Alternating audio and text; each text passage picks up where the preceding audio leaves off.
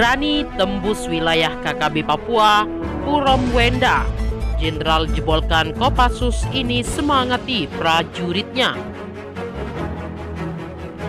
Brigjen TNI Izak Pangemanan saat di Lani Jaya berani tembus wilayah KKB Papua, Puromwenda. Jenderal jebolan Kopassus ini semangati prajuritnya.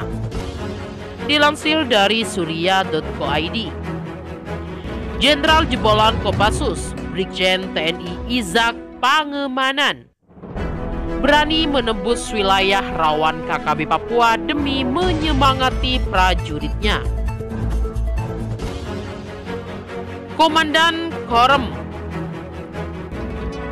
172 Garing PWY itu melaksanakan kunjungan kerja ke satuan jajaran Kodim dan satuan tugas di wilayah Kabupaten Lani Jaya, Provinsi Papua.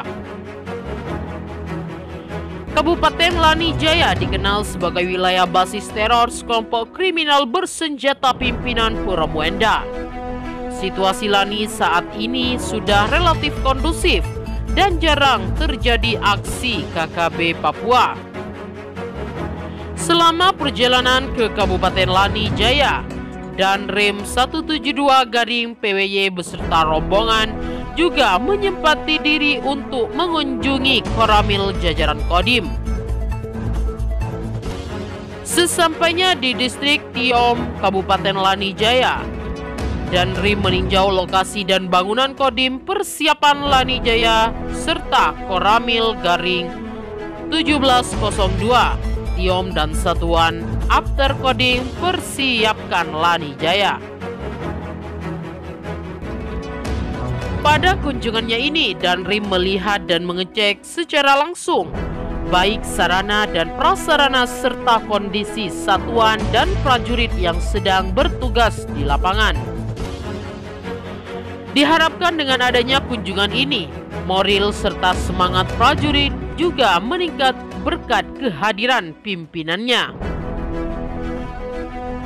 KKB Papua kocar-kacir. Masih di wilayah Lani Jaya, KKB Papua sebelumnya sempat kocar-kacir setelah pimpinan sadisnya ditangkap aparat, sehingga membuat dua anggotanya menyerahkan diri. KKB Papua yang telah kocar-kacir ini pimpinan Puromwenda yang selama ini menguasai daerah Kebontan Lani Jaya, Papua. Dua anggota KKB Papua pimpinan Puromwenda yang menyerahkan diri itu adalah Yandoa Tanuni dan Panius Tabuni. Yandoa Tanuno dan Panius Tabuni datang menyerahkan diri sambil membawa satu pucuk senjata api jenis revolver ke aparat. Kapolda Papua Irjen Matius D. Fahiri mengatakan penyerahan senjata tersebut adalah salah satu syarat supaya keduanya dapat kembali di tengah masyarakat.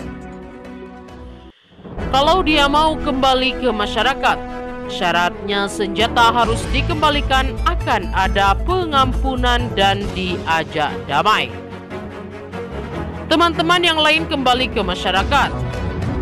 Fahiri menjelaskan, dua anggota KKB itu sebelumnya bergabung dalam kelompok pimpinan Puromwenda yang bermarkas di Kabupaten Lani Jaya. Menurutnya, dua anggota KKB itu tidak memiliki posisi strategis di kelompok mereka.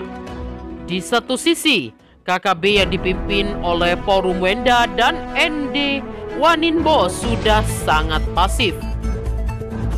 Kalau kita lihat mereka bukan siapa-siapa, karena kalau lihat dari kelompok Puromwenda dan Enden Walimbo itu sudah kita tangkap dan sedang menjalani hukuman. Kalau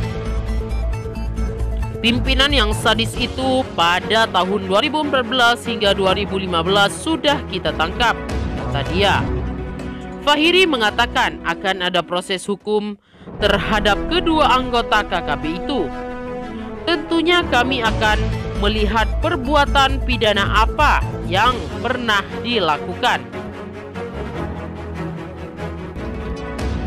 Usai dua anggota KKB menyerahkan diri, Fahiri berharap pemerintah daerah bisa memfasilitasi mereka. Keduanya diharapkan bisa kembali memiliki kehidupan layak di tengah masyarakat. Kita jangan lagi membuat langkah-langkah yang membuat mereka kecewa.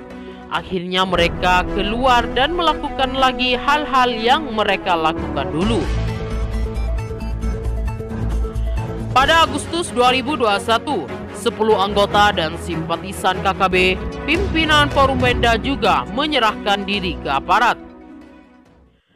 Kepala Penerangan Kogam Wilham III Kolonel Gusti Yoman Suri Astawa mengatakan penyerahan diri kepada Negara Kesatuan Republik Indonesia itu dilakukan di distrik Balingga, Kabupaten Lani Jaya, Papua.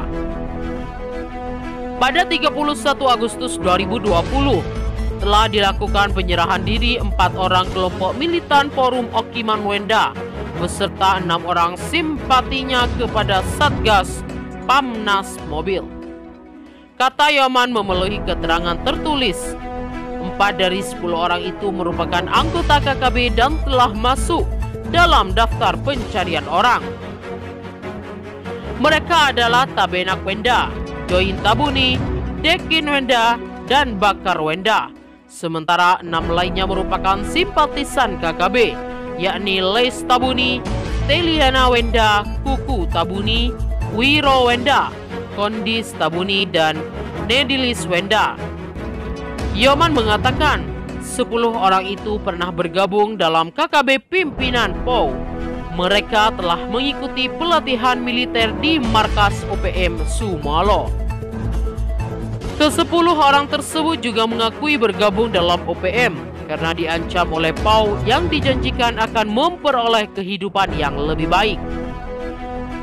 Pada acara penyerahan diri tersebut diserahkan juga barang bukti berupa 1 handy telki, sebuah charger handy telki, dan 1 rompi serbu yang pernah digunakan saat tergabung dalam KKB pimpinan POW.